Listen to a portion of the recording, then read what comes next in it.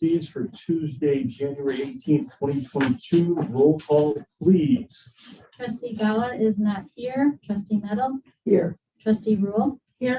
Trustee Smart? Here. Trustee Samari? Here. Trustee Supplet? Here. President Zick? Here. Okay, do we have any public comments? Yes. Okay, sir, please stand up and state your name and please notice it is a 5-minute time limit. Where do you want me to speak from? Speak right there, wherever you feel comfortable. Okay. I'm here to talk about masks and why they don't work and who says they don't work. For example, the Surgeon General of the United States 22 months ago said masks make matters worse instead of better. Dr. Fauci's been saying publicly for months, year and a half, masks work. But here's a quote from Newsweek magazine that just came out again last week, maybe 2 weeks ago. In an email, he wrote, this email was written to a lady who worked for the CDC. They found this email through a Freedom of Information Act request. He was writing a letter to Sylvia Burwell, who was the Health and Human Services Secretary for 3 years under Obama. She asked him about wearing masks. And Dr. Fauci's reply, obtained with a Freedom of Information Act request February 5th, 2020, says, and I quote, "Masks are really for infected people to prevent them from spreading infection to people who are not infected rather than protecting uninfected people from acquiring infection. The typical mask you buy at the drugstore is not really effective keeping out virus, which is small enough to pass through the material. It might, however, provide some slight benefit in keeping out gross droplets if someone coughs or sneezes on you." Now, this document I've read from is a clip from the Newsweek website that I copied and pasted about 2 hours ago from the most recent issue, maybe 2 issues ago, of Newsweek magazine. The link I got it from is printed once at the top and is printed once at the bottom, what I call link 13F, F for Fauci. At the bottom of my document, I list 5 links. Link number 12 is a message from America's frontline doctors, Simone Gold, who said basically that masks don't work, and she quotes Dr. Fauci saying this in her video. Link 13 describes a study done at Marine Corps boot camp a year and a half ago where they had 2 groups of Marines. I don't know how many in the group, maybe 50 or 80 in each group. They had 5 people who tested positive in each group, and then 1 platoon, they went through the whole 8 weeks of boot camp wearing masks religiously, like Marine Corps sergeants are able to enforce. The other group, they never wore masks at all. And there was no change, no difference in the transmission rate between the 2 groups of the virus. And this article was described in my link 13. For the public, let me give you the root of my links. www.tinyurl/COVID-truth followed by a number. You take that root, you add the number 12 after it, you get the message from Dr. Simone Gold. You put 13 after truth, you get the Marine Corps study described. Link 13A is the article in the New England Journal of Medicine talking about the study at the Marine Corps base that proves that masks don't work. 13F is the article I just read to you from a recent issue of Newsweek's magazine. This was also published in a Newsweek copy back in June of last year. And then link 14 is another study that was done proving that masks don't work. Now we have a mandate here in Arlington Heights saying you got to wear a mask. But if you ask the lawyers and the mayor of Elk Grove Village, they will tell you that mandates are not laws. And the police department doesn't mess with mandates. I've been to many District 214 school board meetings talking about this subject, and they said last summer we're going to make masks optional.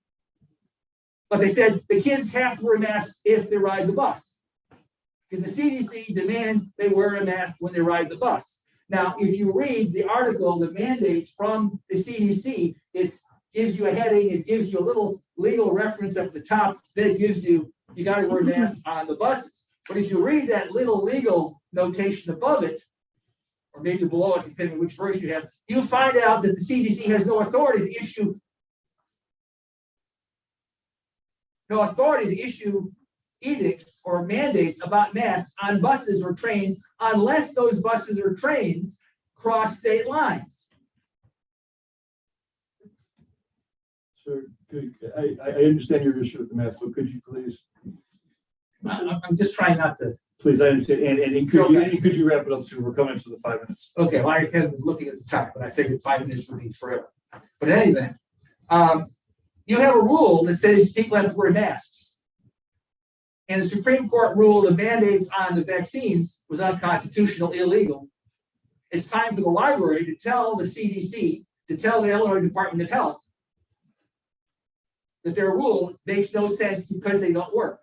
And the doctors who I've spoken to, who are the experts, say not only the little blue masks not work, but the fabric masks that half the people are wearing here don't work more or are less effective than the blue masks. Sure, can you wrap it up, please? And that's basically what I want. I'm urging you to drop the rule about masks because masks don't work. Thank you. Okay. Thank you, sir. Okay, let's move on to liaison reports. Friends.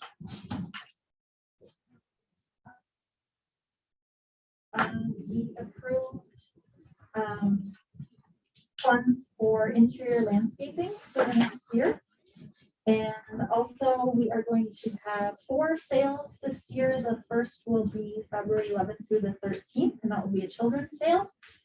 And then we'll have the big regular sales April 22nd through the 24th, August 5th through the 7th, and November 4th through the 6th. Thank you. Anything from the foundation? Just a quick update from the foundation. The foundation is continuing in a research mode for the future scholarship program with a Wednesday meeting of the task force with nuts, bolts, and thingamajigs, which is a foundation supporting the fabrication industry, as well as a tour of Hersey High School makers programs. They continue to reach out to their donors in support of the renovation of Kids World also. That's all I have from the foundation. All right, very good. All right, let's move on to action item 1, approval of the minutes of the regular board meeting for December 21st, 2022. Do we have a motion of approval? I move approval of the minutes from December 21st, 2021. Second? Second. Any comments, thoughts? Okay, all in favor say aye. Aye. Opposed? Nay. That one passes. Let's go on to item 2, review of the financial report for the period ended December 31st, 2021. Okay. Year. For revenue, we did not receive any additional state tax revenue in December. However, the library has received 98% of budgeted property tax revenue in 2021. We received personal property replacement tax, or PPRT, in the amount of $119,375.88 in December. That includes $108,996 for the reimbursement of the ERP credit. So we had $460,000 credit there. $108,996 came back to us now that they purchased that product. We received $16,809.37 of cash in lieu of land from the village in December. We collected non-resident card fees in the amount of $681 in December. Copier printer revenue totaled $2,894.41. Collection fees for late items was $90. Lost item charges totaled $1,068.25. December interest was $257.32 in our operating budget and $198.33 in our capital budget. Donations totaled $522.84. The Friends of the Library and the Foundation had no reimbursements this month. Revenue collected for vehicle stickers totaled $202. And the total revenue collected in December was $143,047.03. On the expense side, 100% of the fiscal year has lapsed, and we've expensed 87% of our total operating budget. The favorable variance to date is $2,010,575. Makerspace construction is complete. The total expense to date in 2021 is $1,021,468, which is under budget by $16,226. And 97% of the total annual capital budget has been spent. The roller picking unit was removed from the 2021 budget to the amendment passed at the October board meeting, and the Kids World redesign is in its beginning phases. So that is all I have for the financial report. Yeah, I just wanted to say, I am very impressed that we made more than $2,000 on the Illinois vehicle stickers. Yes. I mean, Pick it that's, up every month. yeah, that's pretty. And it's like a service to people. So that's great. Mike, what fee does the library charge? I want to say it's $8, but It's $6 if they pay in cash and $11 if they pay via credit card.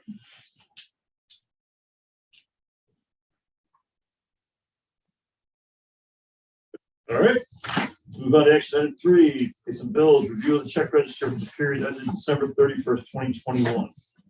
okay, for the December check register, I had a couple checks that I wanted to point out, including a couple questions from trustees. The first one on page 1, check 82812, Friends of the Library, in the amount of $284.55. This was payment to the Friends for the branded bags that we sell at the Surf Desk. So we sell them for them and then we give them the money periodically. On page 2, there are multiple checks to staff, Rich Dorian, Alex Isu, Brian Jarrett, and Matt Williams. This is for tuition reimbursement. Our tuition reimbursement is kind of wrapping up for 2021. We had 8 staff members participate in tuition reimbursement for last year. 3 completed their MLS that year. That was Jack Bauer, Alex Isu, and Maggie Roundtree. We have 3 staff members as first-time enrollees in the program. And the expected total 2021 cost is $21,688.16 for tuition reimbursement, which is $3,311.84 below budget. And on page 4, check 82805, Dell Laptops, in the amount of $6,716.88. These laptops will be used to support various staff members that need portable solutions to complete work throughout the building, attend meetings, work remotely, and lead programs that also be used as replacement for some of the aging laptops that are used by members of the management team. Also on page 4, check 82778 to Ultraper Industries in the amount of $1,931. This was for a fuel system issue with our generator. Our generator provides emergency power to the computer room, and it would not start on its weekly scheduled exercise run. So we start that every Tuesday morning at 7:30 a.m. We placed a service call to the generator service company and found that the fuel regulator was bad. They had the defective part replaced to ensure this predictable system is operational. On page 5, check 82855 to Standard Elevator in the amount of $1,338.68. Our elevator dialer in the staff elevator was repaired with a new board. During our elevator inspection, the phone inside the staff elevator would not dial out. The circuit board in the elevator control panel that dials the monitoring system and sends the location information was found to be the issue. So that has been replaced and tested. Can I ask a question on that? Yes. You know, I'm sure you don't, but can you find out? Yeah, I think it's important to make sure that the phones in the elevators are on fiber optics now versus landlines, because landlines are getting nailed with tons of surcharges because AT&T can't promote them anymore. So any large building should be going to fiber optics for their emergency phone lines. Over. Okay.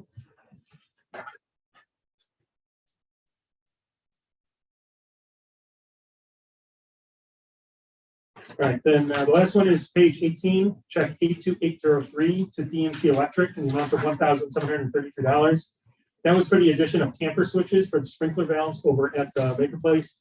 That was required after inspection. That was one of the things that they wanted added, so we went ahead and added that. That is everything I have for the December trigger.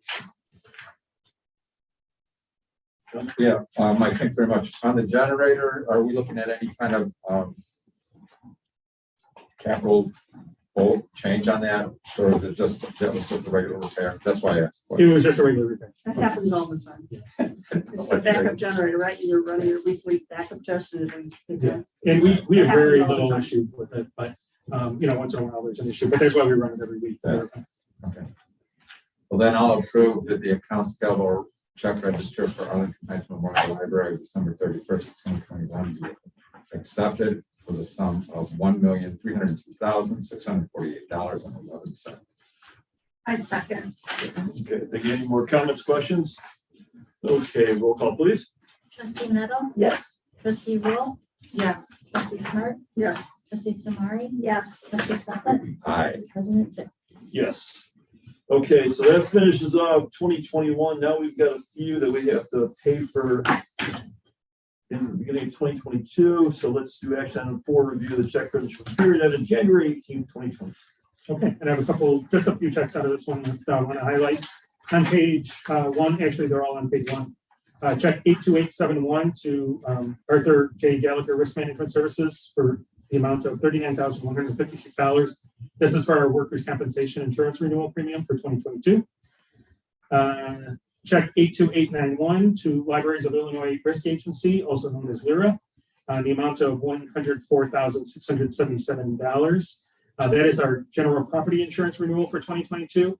And just so you're all aware, LIRA is an insurance pool that we're part of. We do regularly compare rates with other pools and find LIRA to be far and above best deal we have going. So LIRA is comprised of Illinois libraries, and so we are, there's very good involvement with us as well. We're part of the meetings, we're considered kind of like shareholders in it, so it's works out really well. It's a really good pool. Then check 82893, Mango Languages, in the amount of $33,690.80. That is the Mango Conversation and Little Pimp electronic resources subscription for 5 years. This is the upfront cost of $33,690.80. $6,738.16 of that will be credited to 2022, and then $26,952 will be for 2023 and beyond. I clearly missed an opportunity here, Mike.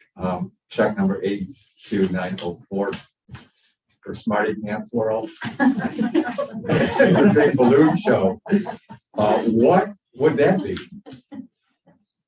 That was the program. It has nothing to do with Trustee Smart. That's where you're going. Wow. That's not me paying for my donation to the United. Thank you. I believe that's a program. Tracy, would you know that one? I I'm talking don't about? know. Okay. Come on. You don't know what $800 worth of balloons for Smarty Pants is? How can you not know? That was my nickname in college. I don't doubt that for a That's a second. lot. John, I believe that's a Kids World program, balloon program. Well, thank I you. could follow up with that. Thank you. No, you know, Mike, I'll take your word on that. All right. But to verify, it has nothing to do with Trustee. Okay. I'll move that we approve the accounts payable check register for the Untitled Chapter Library for January 18th, 2022, in the sum of $253,633.65. I'll second. Got one of them? Yeah. Any more questions, comments? Okay, roll call, please. Trustee Nettle, Yes. trustee Rule, Yes. trustee Smart, Yes. trustee Samari. Yes. Trustee Suckett. Aye. President Zip. Yes. All right, let's move on to the executive director's report. Okay. On the first page, I want to highlight the new bike rack over at the Makerspace. So we have a new bike rack, a repair station, and a pump that's available to the public. Once weather permits, customers will have a nice, safe place to store their bikes, both alleviating Makerspace parking issues and saving the environment. Thank you to the Friends of the Library for funding this nice addition to our Makerspace. On that same page, while you wait, this is a new feature in the catalog released in December. So when a title is not available for checkout, a button will appear when you click it. 5 similar titles owned by the library and available for checkout will be listed. So it's kind of providing an option that someone can take away right away while they wait for.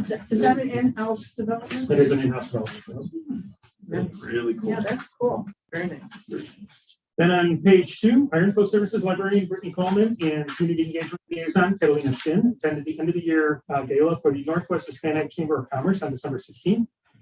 Brittany and Catalina networked with other members of the chamber, including Harper College, Bright Futures Chiropractic in Arlington Heights, Tia Juarez, who's been a presenter for some of the library programs, NBC Telemundo reporter Sandra Torres, and many others. The Arlington Heights Memorial Library was the first library in the Northwest suburbs to join the chamber as members in 2019, and now the library is one of 3 involved libraries in the area. The library continues supporting the Chamber's mission and efforts as it plans to collaborate in different bilingual business programming and outreach opportunities in 2022. Do you know the other two libraries? I do not know. I was just curious. And on page 4, our youth services librarian Emily Koch coordinated school visits and programming with award-winning author Andrea Wang from December 6th through 9th. Andrea virtually visited 11 public elementary schools over the course of 4 days. Almost 2,300 students logged onto Zoom with their classrooms to hear Andrea talk about her book, Magic Ramen, a nominee on this year's Moniker Award nominee list, which participating schools vote on in the new year. And on page 5, as District 214 high schoolers geared up for final exams this December, the library was happy to welcome back 750 studiers for finals study lounge after a 2-year hiatus due to the pandemic. From December 11th to 16th, teen services ensured there were extra study tables throughout the library to accommodate the influx of teens. The second floor conference rooms were also a popular destination for teens, with 330 or 44% of teens using the rooms for studying with their friends. To curb the stress and anxiety experienced by teens during this time, hub staff wheeled around a snack trolley, offering a meditation and stress relief program with a yoga instructor, provided a mood jar, sensory DIY kit, and plenty of Post-its and index cards available for teens to use. Okay, then on page 7, I want to highlight a few things that are happening over at the Maker Place, being this was the first holiday season for the Maker Place. So each day of the week leading up to Christmas had 12 to 15 customers standing outside of the Maker Place before opening. At times, laser cutters saw a staggering 5-hour wait. In the 30 hours the space was open from December 21st to 23rd, the lasers were checked out a total of 49 times. All areas of the makerspace were used and many tables in the flex spaces were occupied all at once. So there's a couple of examples there of things that people were making around the holidays. On the next page, program, a DIY gift wrapping program, also very cool.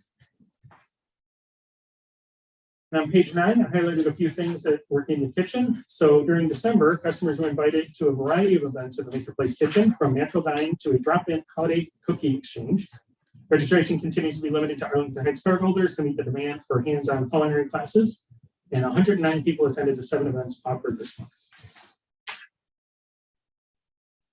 Our chef, great. Go ahead.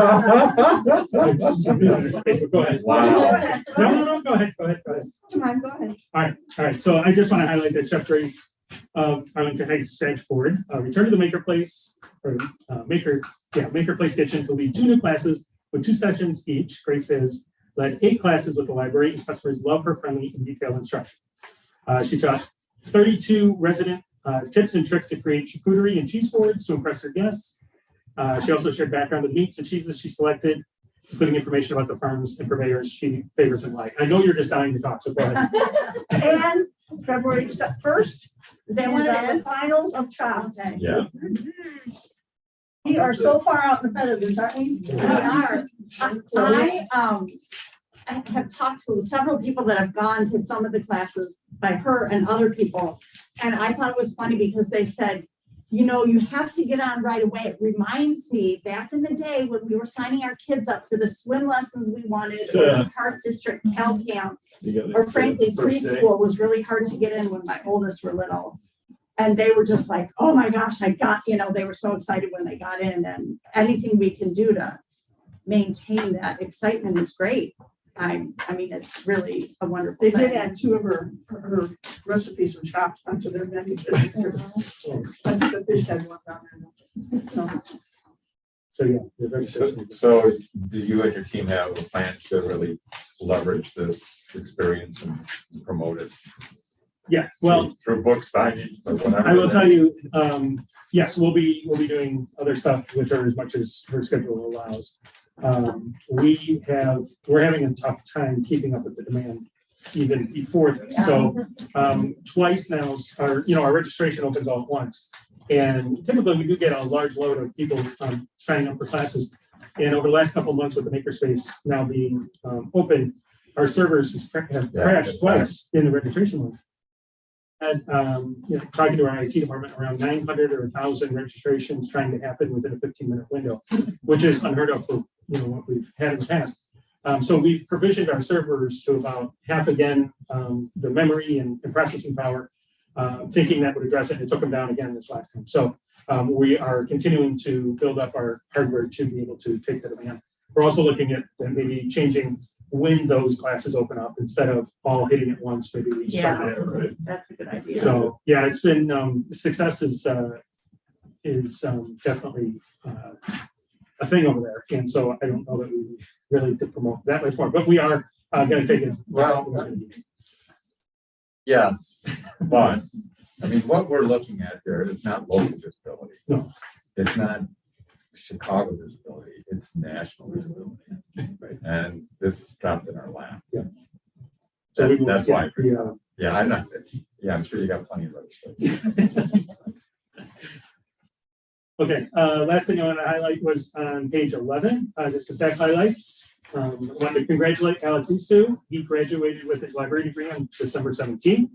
Alex started with us as material assistant in 2016, moved to the bookmobile in 2019 as a driver, and then he ended up in collection services in 2020 as an acquisition assistant. So he is the newest of the library profession. And then the other one, we have several staff completed the training Positive Interactions, making the library a welcoming and empowering place for people with disabilities. This is a training from the Association of Specialized and Cooperative Library Agencies, a division of the American Library Association. So just want to make you aware. That's all I have for you. And then, but on page 3 though, I don't know if you guys put this online, the favorite books of 2021. Oh, yeah. Bunch of the ones from the staff, and everything, that was really cool. Yeah. Yeah, it was really cool looking through some of those books. There's some definite ones I gotta get to. All right, very Well, good. and then President Zick, as we go through the dashboard, we're seeing, again, consistency in terms of the circulation and the visits and utilization and the shift from digital to live. So it's, I guess my point would be things are moving forward as expected, and our volumes continue to increase.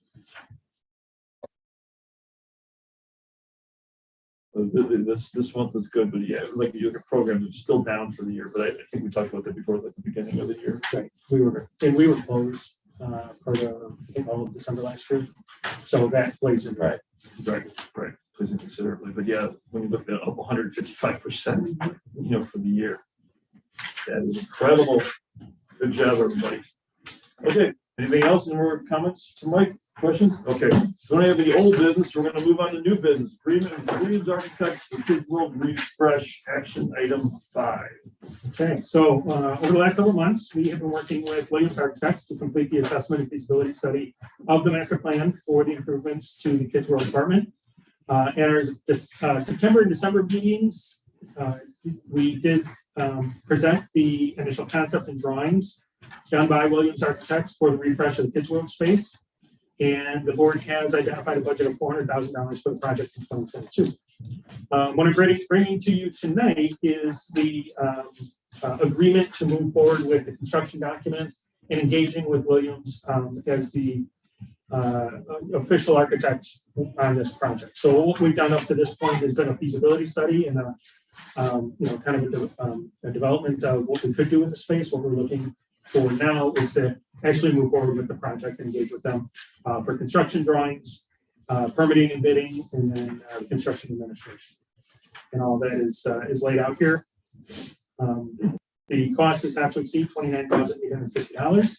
That is between 7.5 and 8% of the total cost.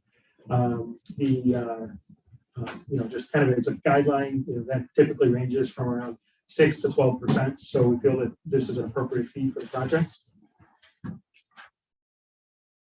Proposal is attached. Our attorney has reviewed the proposal, and if this is approved this evening, we will sign this approval or this proposal and then engage with a AIA standard form of agreement contract with Williams, and it'll be added by Williams and then reviewed by our architect. What does AIA stand for? It is, Andy, what is? Yeah, American Institute of Architects, they provide standard owner architect agreements. So Got it. if this is approved tonight, and it's the same process we use for Ranger Place. we would then put forth a formal owner-architect contract based on terms and fee that we're proposing that would be reviewed by your council. We know exactly what it looks like because it would be very similar to making price, just tailored to the fee scope. Got it. Thank you. And just a really stupid question, but I just want to get it out. Task Force Construction Administration, that's basically, what you're talking about is overseeing the construction of that's going to be going on, correct? Correct. Similar to Makerspace, even though you may decide to hire a construction manager, we maintain our involvement, making sure that questions are answered, that everything is going according to our plans, and that we're available to not only answer the contractor's questions, but also yours throughout the process. So we stay engaged throughout. Yeah, we will still engage with the construction manager, like Joe. The architect will do, he'll verify that this is going according to what the plan is and the design. Shales not actually manages the construction of the with contractors. Very good. Okay, do we have a motion for approval? There's a suggested motion. I make a motion, the Board of Library Trustees approves entering into a contract with Williams Architects for Kids World Refresh Project in an amount not to exceed $29,850. Second? Second. Second, okay, any more comments, questions? Roll call, please. Trustee Meadow, Yes. trustee Rule, Yes. trustee Smart, Yes. trustee Samari, Yes. trustee Suplet, Aye. president Zinn. Yes. Great. Thank you, everybody. Thank Thank you. Welcome, Andy. In other, I don't have any other, but we do have, we'll go over kind of the program changes to COVID-19 where we stand right now. Yeah, I just want to let you guys know that, with the numbers going, that have been going up with the COVID infections, we've been scaling back our in-person programming, moving some stuff either to virtual. We postponed a few things, we canceled a few things, and we've also shifted some things around, like our story times, stuff like that. Story times are still in person, they're just in this room now instead of Lindsay room. Wherever we can keep some of those in-person programs we have, but we want to make sure we're doing so in a safe and responsible manner. Being able to spread people out a little bit more, stuff like that. But what we have moved, anything that we were not able to space out or had a high demand we shifted to virtual. We are projecting out right now till February 16th, just that's kind of been the point that I told my staff to look at.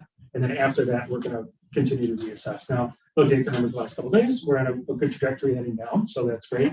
Hopefully, those numbers will keep them down and we can get back to a more in-person experience. Would it affect the maker place any differently than what you've been experiencing? It does a little bit. We did move some of the kitchen programs to virtual just because it's such a small space. We've moved some of the computer classes to virtual, but their space is still open and available for people. How about the sewing stuff? I think they're sewing still available. I don't know that they've had any sewing classes moved to virtual. I believe those are still. Do you see the same level of demand for sewing as you have in the other areas? Right now, the laser cutter has been the big one, and the kitchen is very popular.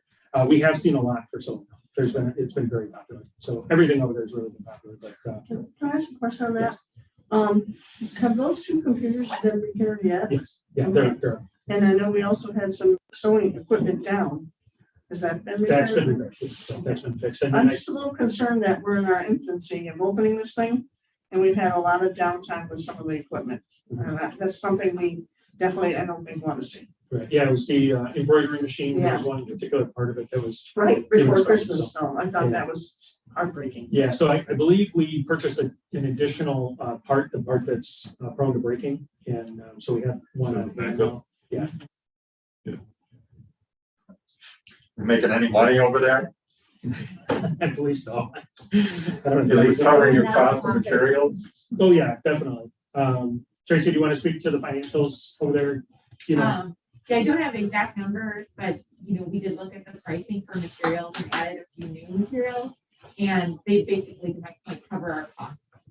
So to wash we were able to provide the materials to the public for what they need. They can also bring in their own and use that at no cost. But if they need to use something that we have, we will sell it to them, but it just is the same as what we're paying.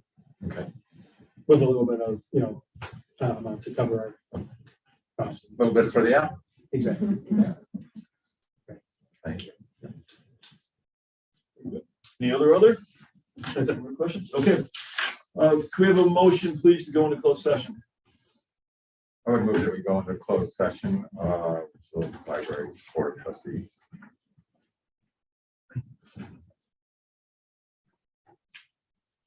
And in accordance with 5 ILCS 120/2C1 for the purpose of discussing personnel issues. And 21, reviewing closed session minutes. Second. All in favor, say aye. I. Okay, we are going into closed session. Tracy.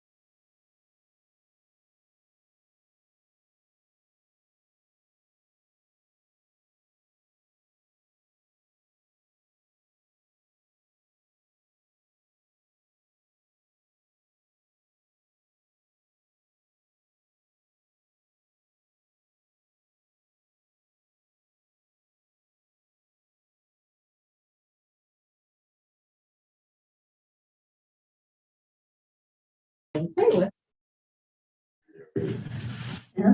Okay, okay, you ready with that? ready. Okay, we are back in open session for the Board of Library Trustees for Tuesday, January 18th, 2022. Okay, do we have a motion to, if I get this wrong, guys, just tell me, for the closed session minutes of 2/18/20 to destroy the audio and open up the written minutes. I so moved. I'll second. Releasing the minutes. Okay. All in favor, say aye. Aye. Opposed, nay. Okay, that motion passes. All right, all we need is a motion for adjournment. No, wait, we gotta approve our minutes. Oh, okay. Do we have a motion for approval of tonight's closed session minutes? I move we approve the minutes from tonight's closed session.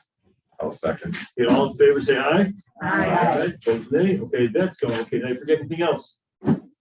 No? Okay, motion for adjournment, please.